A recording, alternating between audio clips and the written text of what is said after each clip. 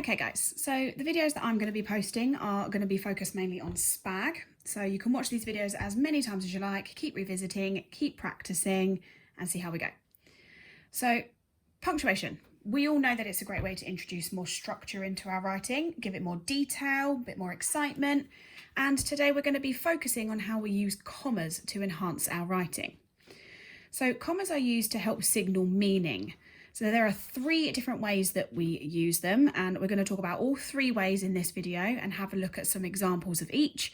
I'm going to give you a chance to pause the video so that you can have a go on your own as well. Okay, so the first way in which we use commas is as follows. It is to separate items in a list.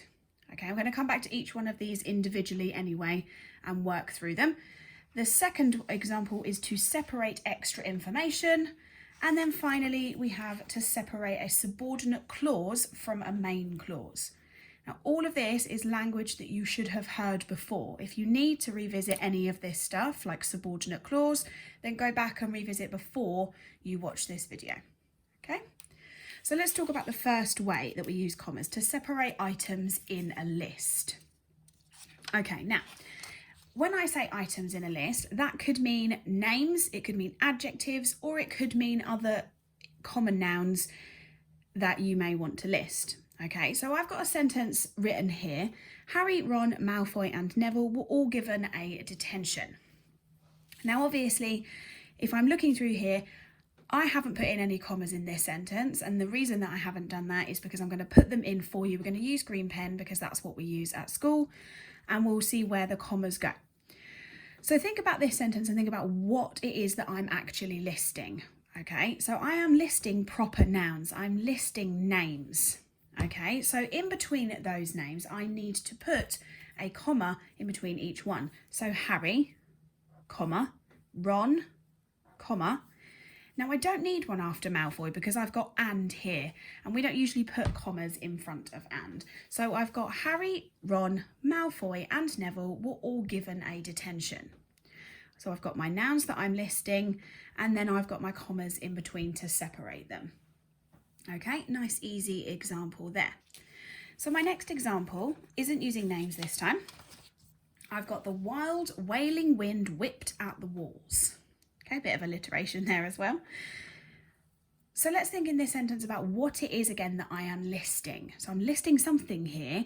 I know it's not now, proper nouns, it's not names, because I haven't got any capital letters in the middle of these sentences. So that means it's got to be either items in the list, so common nouns, or it's got to be adjectives. Now, I'm actually listing adjectives in this sentence because I'm describing the wind in particular.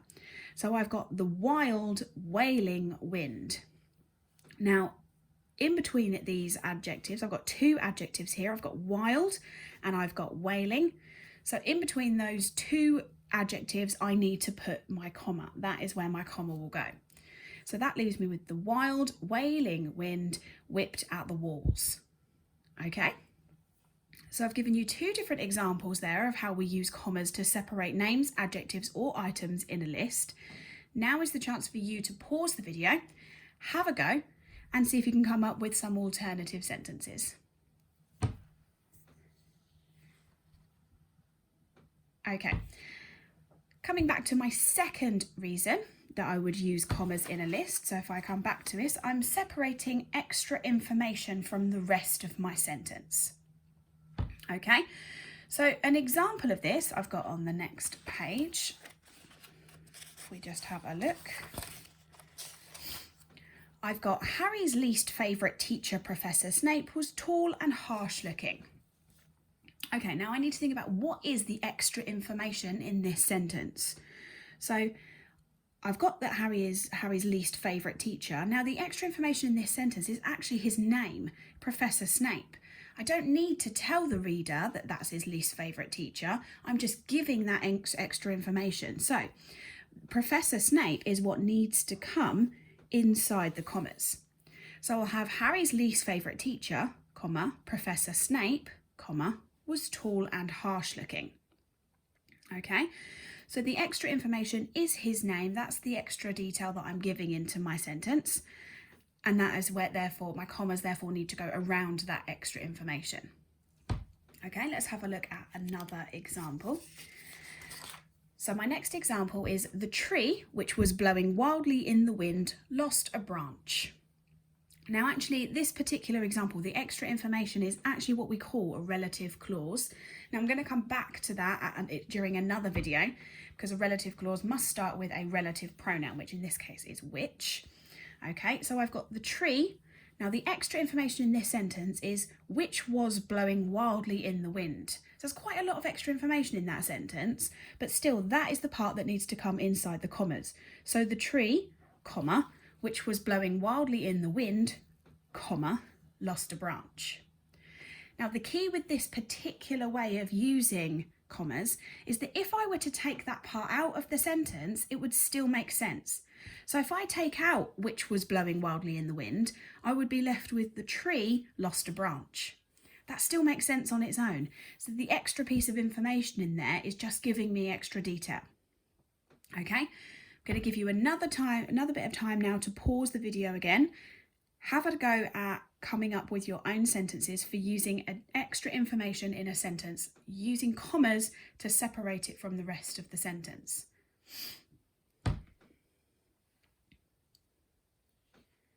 Okay, and coming back to the final way in which I use commas, it is to separate a subordinate clause from a main clause. Now, a subordinate clause is also a way to add extra information to a sentence. However, it must always start with a subordinating conjunction. Now, the easiest way to remember this is obviously it is not a coordinating conjunction, which is your fanboys. Okay, if you're not sure on your subordinating conjunctions, again, go back, revisit them, have a look at them, and use some of them in a sentence to help you practice. Okay, so let's have a look at an example of a sentence that uses commas to separate a subordinate clause. Okay, so I've got the following sentence. I've got, even though they had cleaned the entire classroom, there was still a lot to do. So in this case, even though, or though, is my subordinating conjunction. That's what I'm using as my conjunction, how I'm starting my subordinate clause. So my subordinate clause is actually, even though they had cleaned the entire classroom, then I would put my comma, there was still a lot to do. Okay, so even though they had cleaned the classroom is my subordinate clause, and then there was still a lot to do is then my main clause. Now, the easiest way to tell the difference between the subordinate clause and the main clause is that the main clause makes sense on its own. So there was still a lot to do makes sense on its own. I can use that sentence whenever I want. However, even though they had cleaned the entire classroom is unfinished. It doesn't make sense. I therefore can't use it on its own, so it is a subordinate clause. Okay, let's have a look at one more example and then you can have a go yourself. So in the next example I've got, before I fell asleep, I realised just how excited I was for the next day. So in this case, my subordinating conjunction is before. Okay, so it's at the beginning of the sentence again.